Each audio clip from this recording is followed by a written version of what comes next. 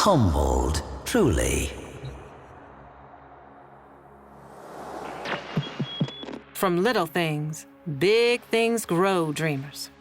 I believe in you all. Lavos, the transmuter, called by some anachronistically, the alchemist. Transmutation, you say? A superstitious process from long ago in which deranged old men heated stinking substances over fires of dung, thinking they could make gold? No. To the Orokin, it was a darkly potent, forbidden science. They were not squeamish, nor moral. So what profound taboos must this art have violated? No transmuter was more dreaded than Yavi, the crawling serpent, the abhorred, the filth speaker. The Orokin feared him so greatly that they whispered he might somehow survive even the Jade Light, just as a severed snake was once believed to grow a new head. So instead, he was imprisoned that his evil might be contained, if not quenched. His jailer was a brute of a warframe named Lavos.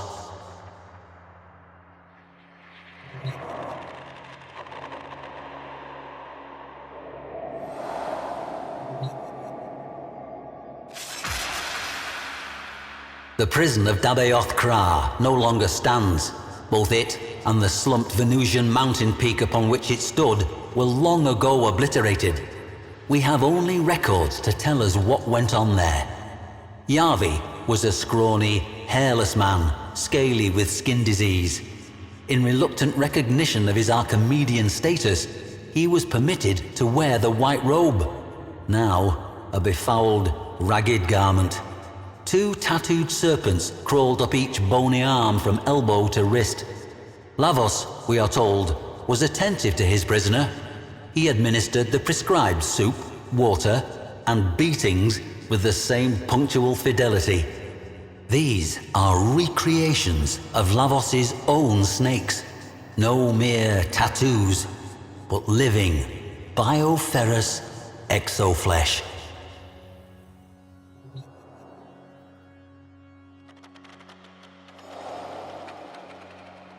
But they dismissed the whispers as mere posturing.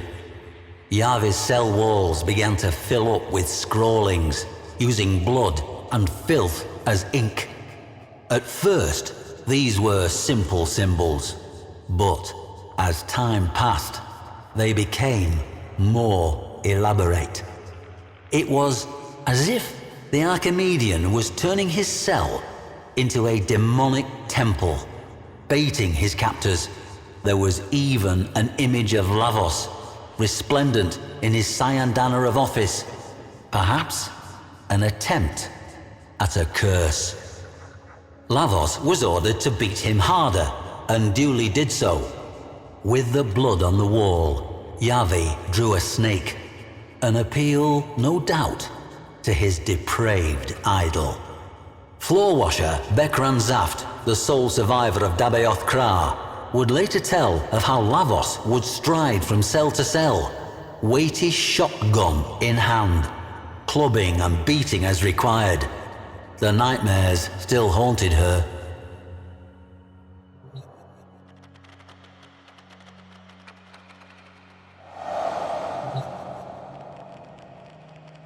The Warden's records reveal an increasing unease with Yavi's bizarre behavior. Regardless of the potential risk, they determined that he should be executed. After a fashion. They would use cellular reversal. Yavi would be reduced to a mere biological pulp with no more sentience than bread mold. But the executioner? No jailer wanted to be the pobber to bell that cavat. So Lavos received this ceremonial helm, along with the power to reconfigure organic matter. He could be their instrument. The walls, floor, and ceiling of the cell were, by now, overwritten with text. Lavos watched over Yavi continually. Bekran Zaft tells us that, curiously, Lavos no longer beat the prisoners in the other cells, even when the inmates shoved one of their hated fellows into his path, expecting a bloody beatdown. Lavos merely waited for him to get back to his feet before moving on.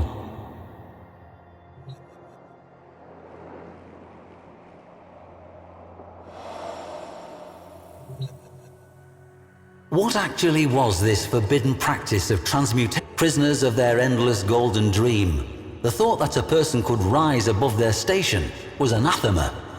Transmutation could turn commoners into kings, or riches into garbage.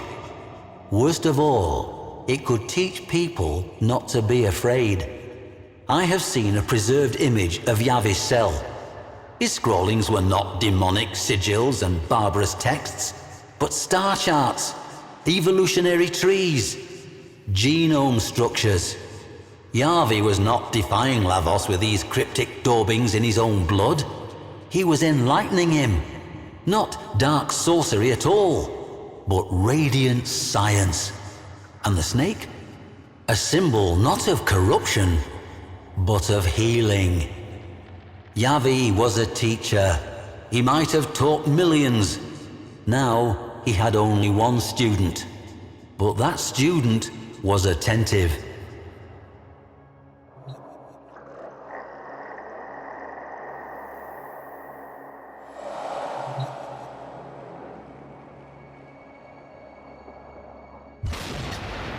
Bekran Zaft says this of Execution Day. The jailers gathered in the auditorium with a slow, funereal tread. Lavos escorted Yavi to the execution dais. He gently raised a hood over Yavi's head, cobra-like. He turned, then, to face the Orokin Warden, shotgun trembling in his mighty hands. The silence, Zaft says, was absolute. But then, from beneath the hood, came a whisper. Yavi had some final words for his student. The Orokin jailer shifted uncomfortably, looked to his functionaries. Would the execution even take place? Lavos gave a stiff bow to Yavi and activated his power. Yavi's skin peeled off in one grisly sloughing. He liquefied into a biological soup. A cheer went up from the assembled jailers. Lavos gathered the remains of Yavi tenderly in his hands. A soft glow emanated from them, as in one horrible moment was transmuting the remains. A twining, living snake seethed up Lavos's left arm. Yavi transformed and still, after a fashion, alive, just as they had feared. A second snake coiled around his right arm, this one sprouting from Lavos's own flesh.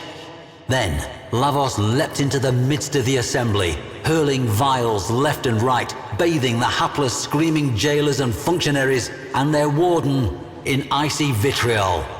Not one survived. Not for long, anyway. And Bekran Zaft? Lavos bowed to her and moved on.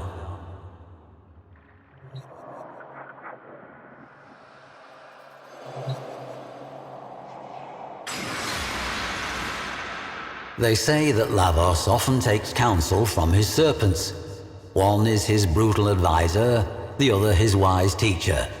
Both have their wisdom, and Yavi still whispers to his beloved student. Much like the snake, Lavos is easy to misjudge. The serpents that poison can also cure. He may have been a monster in his previous life, but he was able to achieve something that eluded the most powerful of the Orokin. He changed. Moreover, he changed himself. Yavi may have helped and instructed, but the will to change must have begun with Lavos. Perhaps we all have that golden gleam coiled within us somewhere, ready to slither forth from its old skin. We must only beware that we do not condemn as devilish that which we do not yet understand.